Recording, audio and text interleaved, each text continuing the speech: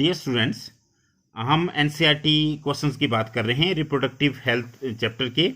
और हम 6 question discuss कर चुके हैं। अब हम आज इसके बाकी क्वेश्चन डिस्कस करेंगे। Question number 7 is removal of gonads can not be considered as a contraceptive option. Why? आपको होता है कि अगर गोनड्स को हटा दिया जाए तो उसको माना नहीं जाता कि ये एक कंट्रासेप्टिव ऑप्शन है। ऐसा क्यों होता है? बेसिकली जो कंट्रासेप्टिव्स होते हैं वो क्या करते हैं, वो अनवांटेड प्रेगनेंसीज को प्रिवेंट करते हैं। और अगर आप गोनड्स को ही रिमूव कर देंगे तो उसका क्या साइड इफेक्ट होगा? सबसे पहली चीज, एक तो इससे इनफर्टिलिटी हो जाएगी, और दूसरा जो हार्मोन्स मतलब परमानेंट इनफर्टिलिटी हो जाएगी, और दूसरा जो हार्मोन्स होते हैं जो एक्सेसरी रिप्रोडक्टिव पार्ट्स की फंक्शन के लिए जरूरी होते हैं वो भी अनअवेलेबल हो जाएंगे। तो अगर हम इसके आंसर की बात करें तो contraceptives are the devices which help in preventing unwanted pregnancies. The removal of gonads can never be considered as a contraceptive option because it will lead to infertility.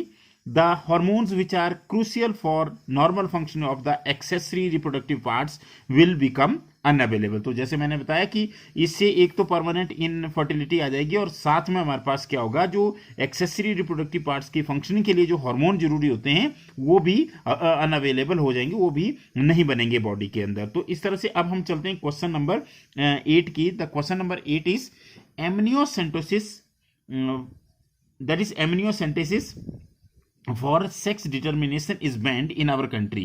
Is this ban necessary? Comment. Amniocentesis is a fetal sex determination test based on chromosomal pattern in the amniotic fluid surrounding the developing embryo. The main objective of this method is to diagnose the genetic disorders in the fetus, but it is misused for sex determination of the fetus. The statutory ban of amniocentesis is necessary to legally check increasing female feticide. अच्छा, basically क्या होता है कि amniocentesis से ये एक ऐसी technique होती है जिसमें आप क्या कर सकते हैं, एमनियोटिक फ्लूइड जो कि डेवलपिंग एम्ब्रियो के बाहर होता है उसके जेनेटिक पैटर्न को स्टडी कर सकते हैं, मतलब उसके क्रोमोसोम को स्टडी कर सकते हैं। और उससे आपको पता है कि जो क्रोमोसोमल पैटर्न होता है वो मेल और फीमेल में डिफरेंट होता है। जैसे अगर आप देखें तो जो 23rd पेयर होता है वो मेल के केस में XY होता है, जबकि फीमेल के केस में XX होता है। तो इसका मेन एम तो क्या था कि उसके अंदर कोई जेनेटिक डिसऑर्डर्स हो, क्या कोई डाउन सिंड्रोम है या कोई और जेनेटिक डिसऑर्डर है, तो उसको डायग्नोस करने के लिए एमनियोसेंटेसिस की जाती थी। पर इंडिया में क्या होता है कि इसका मिसयूज हो रहा है। मिसयूज क्यों हो रहा है? क्योंकि इससे एक तो फिटस का जो जेंडर है वो डिसाइड हो जाता है, उसका पता लग जाता है। तो क्या करते हैं, जो फीमेल फिटस होते हैं उसको रिमूव कर देते हैं, उसको अबॉर्ट कर देते हैं। तो इसलिए इस मिसयूज को रोकने के लिए एमनियोसेंटेसिस को स्टैच्यूटरी बैन करना बिल्कुल सही है और बिल्कुल ये नेसेसरी है, ताकि हम क्या कर सकें, जो फीमेल फेटिसाइड में इंक्रीज हो रहा है उनको बहुत ज़्यादा, जो फीमेल को डिस्क्रिमिनेट करके उनको क्या कर दिया जाता है, फेटिसाइड मतलब उनके फीटस को रिमूव कर दिया जाता है। इन बुराइयों को दूर करने के लिए एमनियोसेंटेसिस पर एक लीगल बैन या स्टैच्यूटरी बैन जरूरी है। तो अब हम बात करेंगे क्वेश्चन नंबर 9 की। Question number 9 is suggest some methods to assist infertile couples to have children. तो सबसे पहले हम आंसर की बात करते हैं, फिर इसको डिस्कस करते हैं। The infertile couples could be assisted to have children through certain special techniques called as ART. And what is the full form of ART? ART means assisted reproductive technologies. अब इसमें हम दो टेक्नोलॉजी की बात कर सकते हैं, एक इन विट्रो फर्टिलाइजेशन और एक in vivo fertilisation. In vitro का मतलब होता है लैब कंडीशंस में, तो इन विट्रो फर्टिलाइजेशन की हम बात करेंगे। In this method the ovum is collected from the mother or the donor.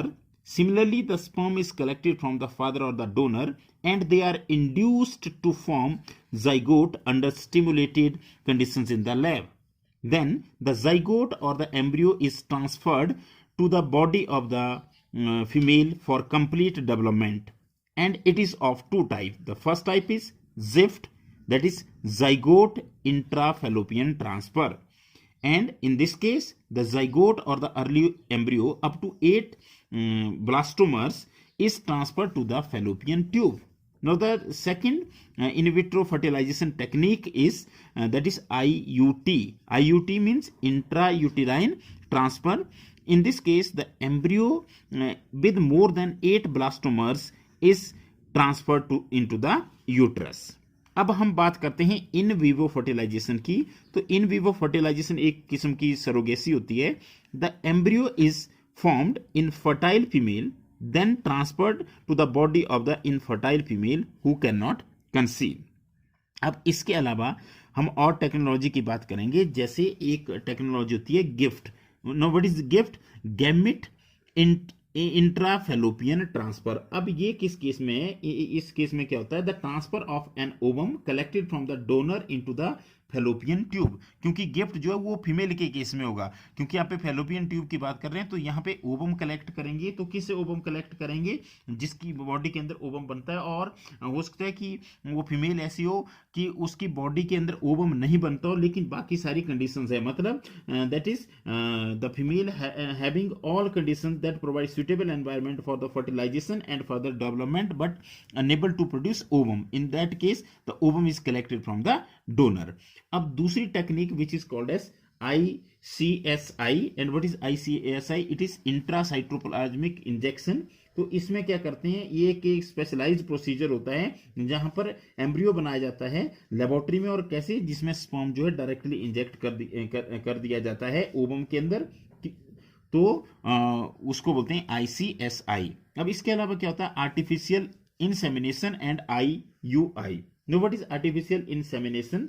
अब ये क्या होता है कि infertility cases either due to the inability of the male partner to inseminate the female और due to low sperm count in ejaculates could be corrected by this technique that is called as artificial insemination। मतलब इसमें क्या हुआ कि जो mail है partner है वो इंसेमिनेट नहीं कर पा रहा है, या जो स्पर्म काउंट है वो लो है, तो उसमें क्या करते हैं? इसमें सीमन को कलेक्ट करेंगे या तो हस्बैंड से या किसी हेल्दी डोनर से, और फिर उसको वेजाइना के अंदर क्या कर देंगे? उसको इंट्रोड्यूस कर देंगे।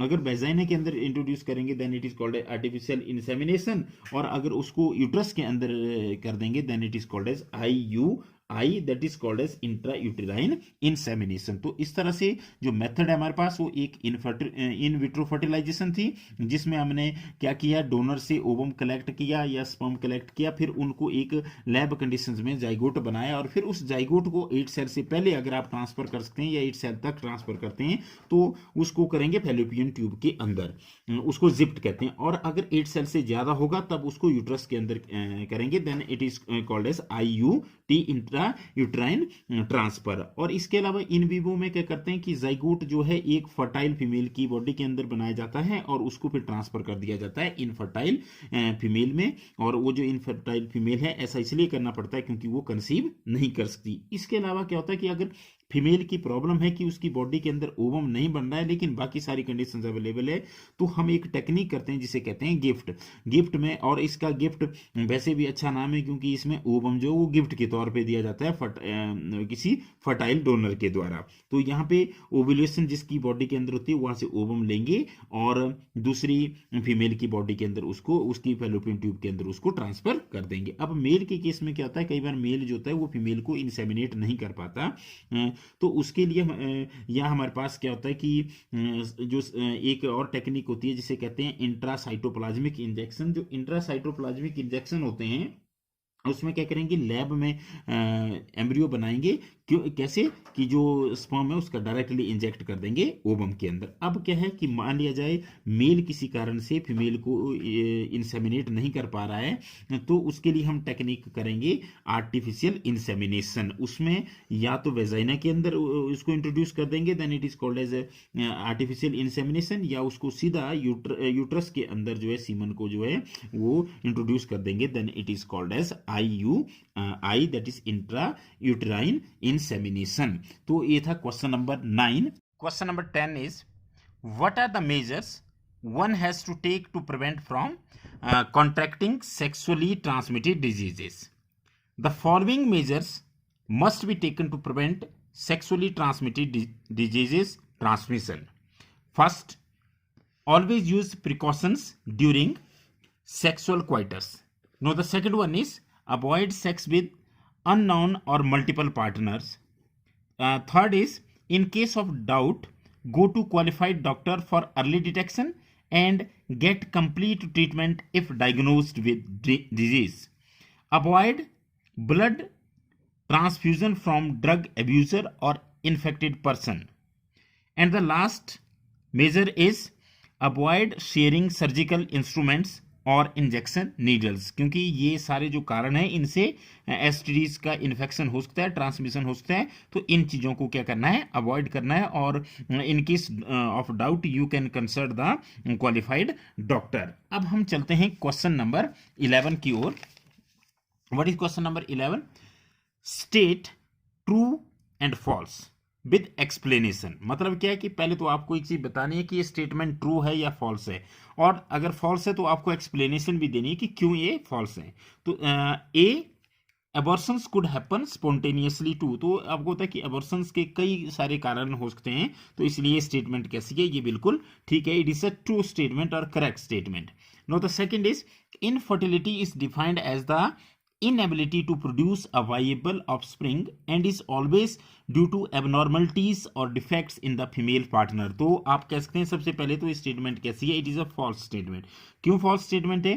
क्योंकि इनफर्टिलिटी के लिए केवल फीमेल ही रिस्पॉन्सिबल नहीं होती, उसी में एबनॉर्मलिटी नहीं हो सकती, किस में हो सकती है, मेल में भी हो सकती है। तो आप बोल सकते हैं कि infertility is defined as the inability to produce viable offspring that is due to abnormalities in female और मेल पार्टनर। तो बस इसको आपने इस तरह से करेक्ट करना है। Now the C is complete lactation could help as a natural method of contraception. तो आप कह सकते हैं कि ये स्टेटमेंट फॉल्स स्टेटमेंट है, क्योंकि ये जो लैक्टेशन एमेनोरेया होता है ये हालांकि एक नेचुरल मेथड होता है, पर ये किसके लिए होता है, ये लिमिटेड पीरियड के लिए होता है। और कितने महीने के लिए होता है, 6 मंथ के लिए मैक्सिमम ये हो सकता है।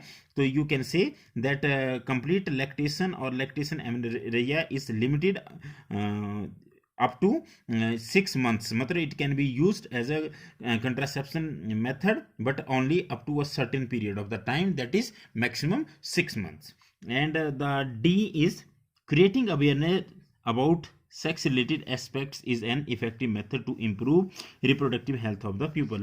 This is a correct statement and you can say it is true। Why it is true? Because when you will create awareness about these aspects, naturally there will be improvement in the reproductive health of the individual as well as that of the society। Now the last question of this chapter is correct the statements। इसका मतलब क्या है कि आपको जो statement दी गई उनमें कोई ना कोई डिफेक्ट है, कोई ना कोई उनमें गलती है, आपको उनको इंप्रूव करना है। The first statement that is a part is surgical methods of contraception prevent gamete formation.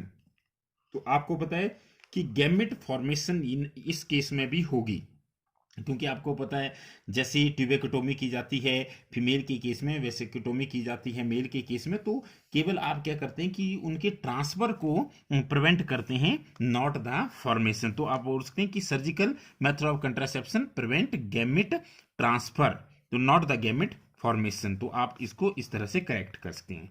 दूसरा है all sexually transmitted diseases are completely curable. तो ये स्टेटमेंट भी गलत है। आप कह सकते हैं कि only some of the sexually transmitted diseases are completely curable. अगर जैसे हम बात करें एड्स की, तो दैट इज नॉट क्यूरेबल। उसके ट्रांसमिशन को रोका जा सकता है, प्रिकॉशन ली जा सकती है, प्रिवेंशन ली जा सकती है, पर उसको कंप्लीटली क्योर नहीं किया जा सकता। नेक्स्ट है oral pills are very popular contraceptives among the rural women. ये भी एक गलत स्टेटमेंट है, क्योंकि रूरल वुमेन को इन चीज़ों की जानकारी नहीं होती।